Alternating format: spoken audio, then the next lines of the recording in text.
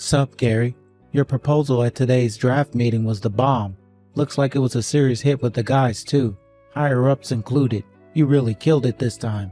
Thanks, Alan. I couldn't have done it without you, though. Without your constant help and support. That proposal would have never been submission ready. I seriously doubt I could have done all of this on my own.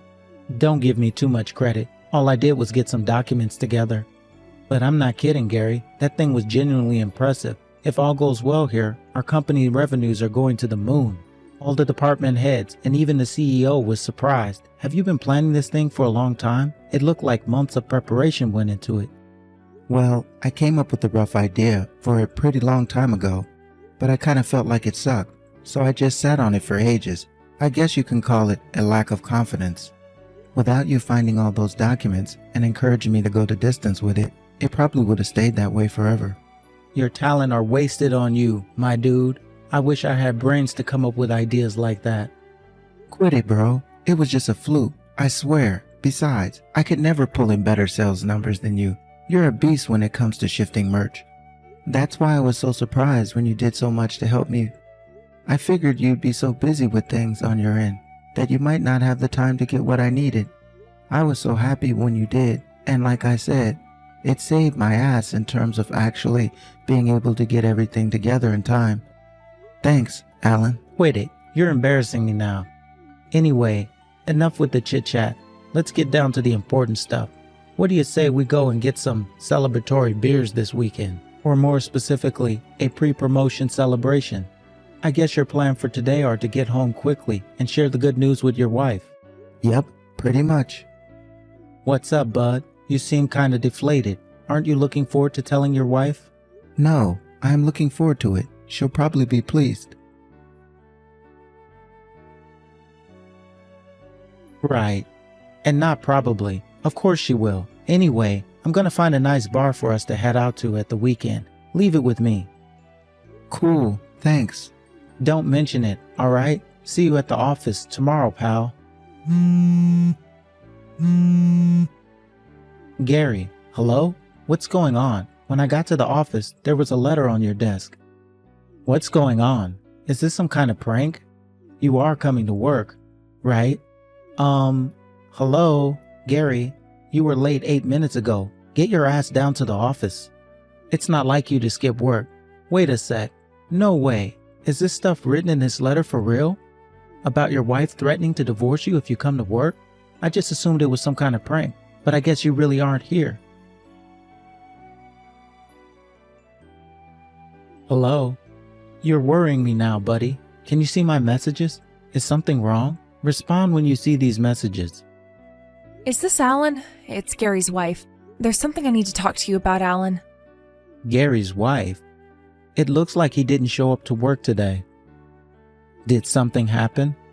Yes, that's what I was hoping to talk to you about. I need to ask a favor of you. You'll find his letter of resignation on his desk. Would you mind taking it out and handing it in to the appropriate person? The appropriate person? I'm not sure exactly who that is in this situation. Do you mean the president? Yes, my husband's going through some mental health issues at the moment, and he's far too anxious to be at work. So please, Alan, we're counting on you. Whoa, hang on a sec, would you? How could you expect me to hand in Gary's resignation to the company president without even hearing from the man himself? Rather, that's actually what he wants. This is a big decision, and it's not something that can easily be undone if I do it. Are you really Gary's wife?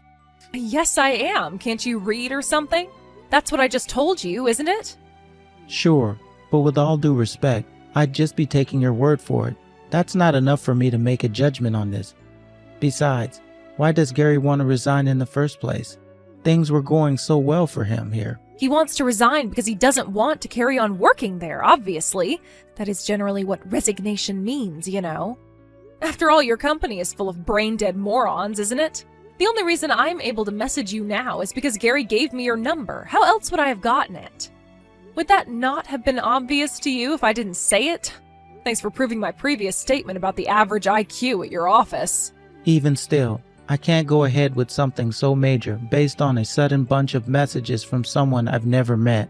I don't care what you say. You can be as rude, arrogant, disdainful towards me and the people at this company as long as you like, but I won't be handing in Gary's resignation on his behalf. If he wants it handed in so bad, tell him he needs to come in and do it himself. Goodness me, just how much of a brain-dead moron are you, Alan? It's precisely because he can't do that we're messaging you, Einstein.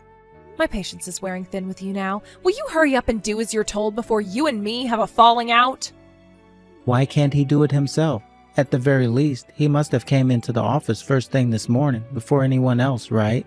To put this so-called resignation letter on his desk. My husband doesn't feel up to seeing anyone right now. He's too anxious. It doesn't take a genius to figure out he must have been having some kind of trouble at work. Could it be perhaps that someone there was bullying him and made him stop wanting to do his job? No, absolutely not. I can categorically state that that's not what happened. Everyone here loves Gary, higher-ups and workers alike. That goes for the guys in our department and the company as a whole. I've never heard of him being involved in any trouble here. Zero. Zip. Everyone loves him? Now I really have heard it all. You don't have to try and cover for him. I am his wife, you know. I know everything. And what's that supposed to mean? That he's a useless, good-for-nothing social misfit who's no good for anyone for anything. Go on, admit it. I bet he causes trouble for you all at the office pretty much every day, doesn't he? Don't hold back. You can be honest with me, Alan. I'm sure you know it would be in everyone's best interests if you helped him to quit. What the hell? Are you sure you're not making some kind of misunderstanding here? We cannot be talking about the same Gary. Sure, maybe he's not the most proactive when it comes to suggesting new ideas or pushing things forward, but when it comes to the fundamental understanding of the way things work here and the mechanisms behind our business strategies, there's no one more knowledgeable than Gary. Not just that, but ask him a question and he'll explain in detail until he's sure you understand absolutely everything. He often picks up on things the boss says during meetings that most of us miss. Then he'll go around the office afterwards making sure everyone understood. I guess that's what I'm trying to say here, is that you're wrong. Gary's a highly competent worker who's vital to this company, and not just that, but he's one of the nicest guys I've ever known. If you were genuinely his wife like you say you are, there's no way you'd be attacking him in this way. No, dear, like I said, the only reason you've fallen for Gary's trickery is because you're a pea-brained moron with an IQ lower than my shoe size. Besides, who the hell do you think you are?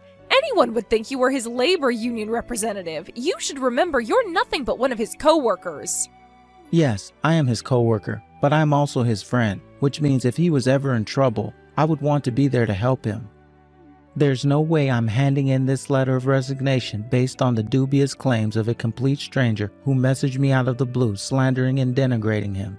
You really are a grade A hypocrite. What's the weather like up there on your high horse, Mr. Perfect? Would you like a sainthood? Should I start calling you Jesus? Do you have any idea how much my husband slacks off at home? Huh? Despite the fact that he should cook my dinner as soon as he gets home from work, he never does any such thing. He doesn't do the laundry, he doesn't wash the pots, he doesn't clean the house. Instead, he pathetically attempts to do it all in one go on his days off. I don't think I need to tell you how filthy that means our house gets. He obviously has no intention of fulfilling his obligations to his family. Hang on a second. If my memory serves me correctly, I'm pretty sure I remember Gary telling me his wife was a stay-at-home housewife a little while back. Do you have a job? No. Huh? I despise the notion that it's a woman's job to do the housework. But sadly, patriarchal notions of male chauvinism and the oppression of women are woven just as deeply into the fabric of society as they ever were. The idea that women should be in the kitchen is parochial and antiquated, an anachronism. I mean, come on, don't you think it's strange? The idea that we should be the ones who do the cooking and cleaning just because we're women? Hang on a second. It's not that I think women should do all that stuff just because they're women. Wait, are you telling me Gary does literally everything? He both works full-time and does all the cooking, cleaning, and housework? Of course he does. It's a man's job to provide for the woman, and that includes at home, too. He's the one who got down on one knee and begged me to marry him. He's the one who made me change my surname. Surely this is the least he can do for me in return. Forgive me for asking this, but are you forcing your wife to do all of the housework? No, I'm still single. I knew it. How did I know? You must give off single energy. With old-fashioned ideas like yours, you'll never find a girl who wants to marry you. Me, I wouldn't want a man who thinks like you if you paid me $1 million. It looks like the conversation went a little off track. For the time being, would you just tell Gary to get in touch with me when he can? I'd really like to discuss what happened today with him directly. I'm afraid that's not going to be possible. You see, Gary's phone broke yesterday. All right. Well, can you tell him to stop by my house then? I can't do anything without hearing what his wishes are in all of this. Not happening. Excuse me? Why not? Whether he does end up quitting his job or not, surely you understand it would be irresponsible to go ahead with this without speaking to him first. If you're really Gary's friend, as you seem to be claiming you are, then I suggest you start having a little more consideration for his feelings. I've made his wishes abundantly clear, and if you choose to continue willfully ignoring that, then you're nothing but an enemy. You won't be seeing my husband at the office anymore, all right? You can do this, Alan. We're counting on you. What? Quit ignoring everything I say. I am not handing in that letter.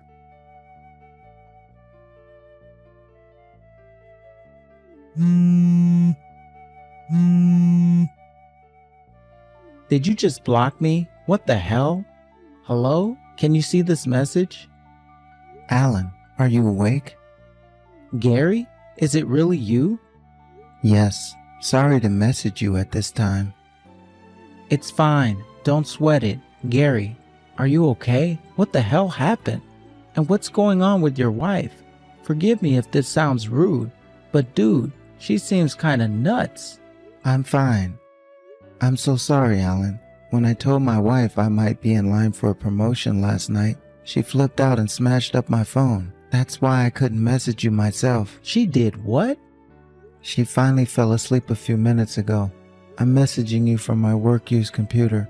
I'm so sorry for all the trouble she caused you. Bro, I feel awful for everyone at work having to deal with me not being there on the fly like that too. Don't sweat it, Gary. Really, it can't be helped. But dude, are you really quitting the company? Yeah. She said if I don't quit the company, she'll divorce me. Wait, what? Hang on. I don't follow.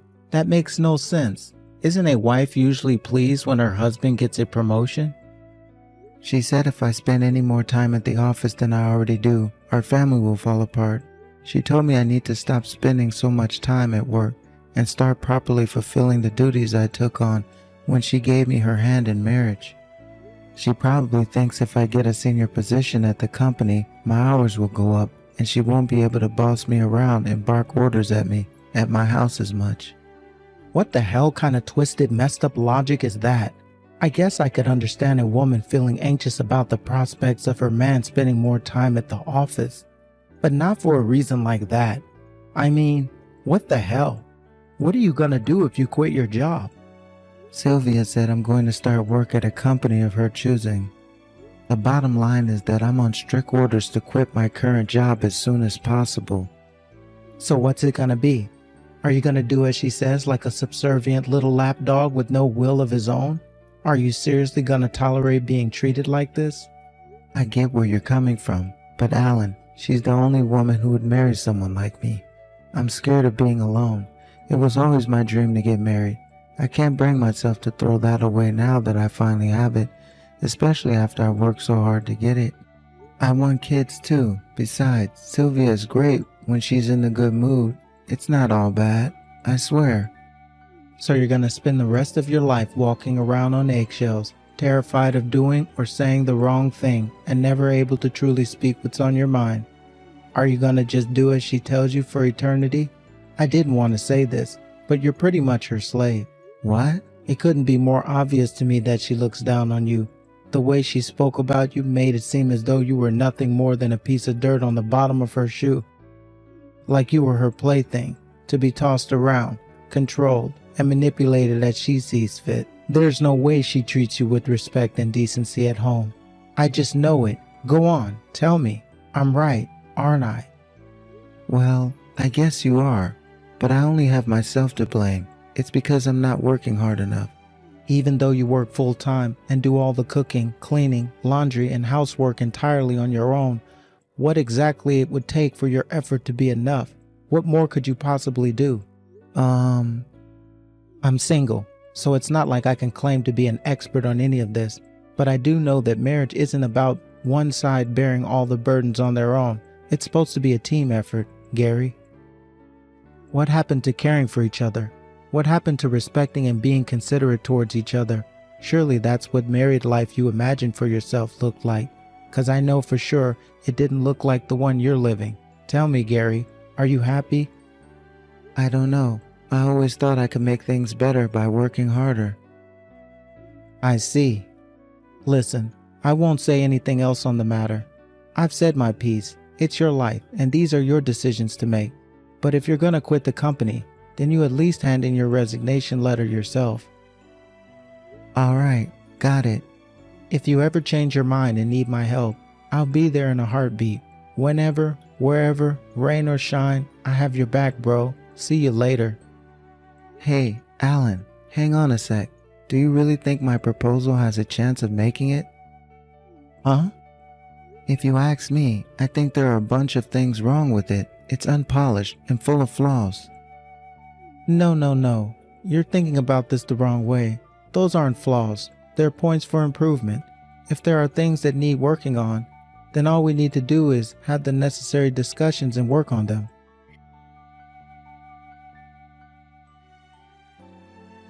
Anyway, weren't you about to quit the company 5 seconds ago? Hey, I guess I was. You're right. I was. God damn it. I don't want to quit. Alan, that's it. I've made my decision. Your decision? What are you gonna do? I'm sorry to have to ask you this, but will you help me? Gary,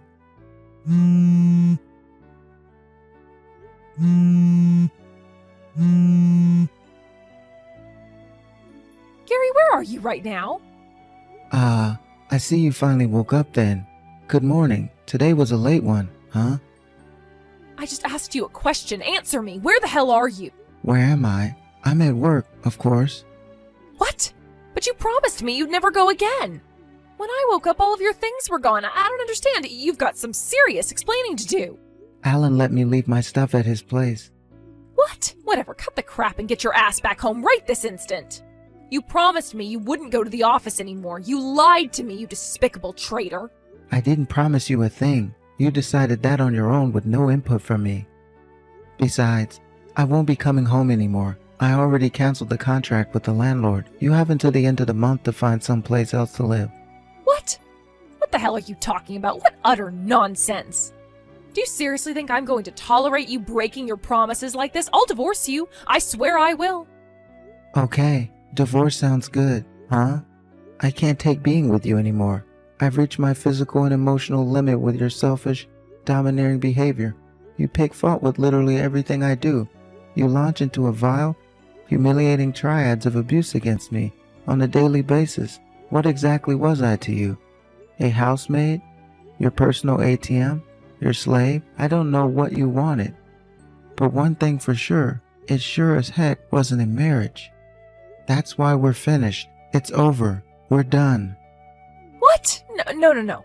Oh, please don't do this, baby. Just wait a second, okay? Let's not do anything brash in the heat of the moment. What are you talking about? Why would you come at me with all of this stuff all of a sudden? It's like you're a different person. It's not all of a sudden. I was just deceiving myself into believing you weren't a vile, abusive control freak for a very long time. I convinced myself I should keep my mouth shut and tolerate it because I loved you and wanted our marriage to work. But then I stopped and thought about it, and that's when I realized I never married you to live a life like this. What the heck is this crap? Just how dumb and irresponsible can you be? Am I speaking to a child? Adults don't just give up the moment they don't get their way. That's how 3-year-olds behave. Quit throwing your toys out of the stroller and suck on your milk bottle for a while. It'll help you calm down. If you're not satisfied with your life, you should come up with ways to improve it and put in the hard work required to actualize it, not throw a tantrum and flip everything upside down in a rage. Why am I the only one that has to work hard? What have you done to make this relationship work? Go on, name one thing. All you do is sit on your phone scrolling Instagram, playing games and reading manga all day. The only time you make an effort with your appearance is when you go out to drink with your girlfriends. You help yourself to my savings and spend my money on the most pointless, frivolous crap imaginable whenever you feel like it. Look at it from my point of view. Can you name a single positive thing about being married to you? There aren't any, are there? Marriage isn't about one side constantly having to endure bullshit while the other side does whatever they want all the time.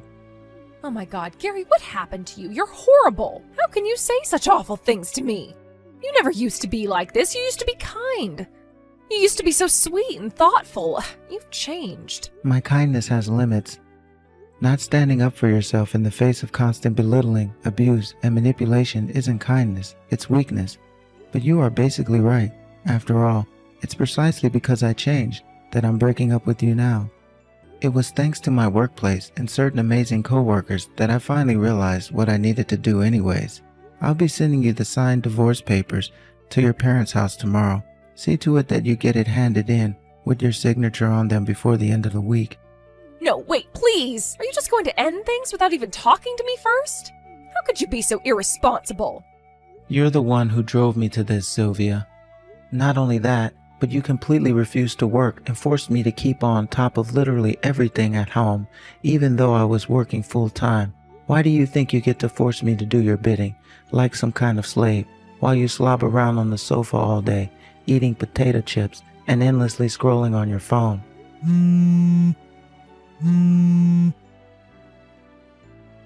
Gary, please, I admit I was in the wrong. Please, will you forgive me? I swear I'll start doing the housework from now on, all of it. You'll never have to wash another plate again for as long as you live. Please just rethink the divorce. You can even carry on at your job, too. How does that sound? Please, Gary, you're all I have. I can change. I swear I'll work hard. I swear. Your change means nothing to me because it doesn't come from a place of genuineness. You're only saying this because you realize I'm sick of you and I want you out of my life. Besides, I know about all your secret meetups with the guys from the dating apps. What? I've been burying my head in the sand and pretending it wasn't happening for a long time, but not anymore. It all ends here.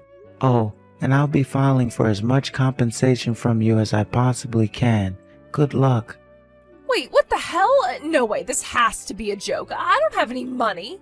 Not my problem. How about you sell all your branded bags and fashion accessories you bought with my money? That should help you get started. I mean, it's not even gonna come close to covering everything you owe me. But you did just say you're gonna start working hard from now on. With all the compensation you're about to owe me, you'll have the perfect chance to prove you actually mean it. HQ, barging past security and kicking down the door of an empty meeting room in a desperate bid to find her husband. Naturally, security weren't gonna let that slide. Within less than 30 seconds, she was in a chokehold on the floor and the cops were on their way. Even after being let out of bail, she kept on showing up outside the office every day. She soon stopped showing up once the boss stormed outside in a rage and yelled in her face at the top of his lungs how much money she owed him for the door she kicked down. Gary's divorce went by without a hitch thanks to all the proof he had of his wife's cheating, not to mention the mountain of chat logs demonstrating what an abusive control freak she was. In the end, Sylvia was ordered to pay him a hefty sum in compensation. Gary tells me that these days she's working as a cleaner while living at her parents' place under the strict supervision of her father, who used to be a military commander and is known for his strict temperament and harsh discipline. Her days now consist of working 14-hour shifts to come up with the monstrous amount of compensation she owed her ex-husband. Now that it's behind him, Gary can finally laugh about the whole ordeal. When the divorce went through, he joked that his ex-wife finally had the opportunity to make up for sitting around on her butt all those years. When he made his comeback at the office, he worked so hard it was like he was possessed, and his already good reputation at the company soared to heights previously unimagined. Since coming back, he's a lot more cheerful and proactive than before. As for our friendship, we're closer than we've ever been. I say friendship, but it's more like we're half rivals, half best buddies. All in all, Gary is happier and more optimistic than I've ever seen him. I can honestly believe that getting rid of Sylvia was the best move he ever made. No one needs Sylvia in their life.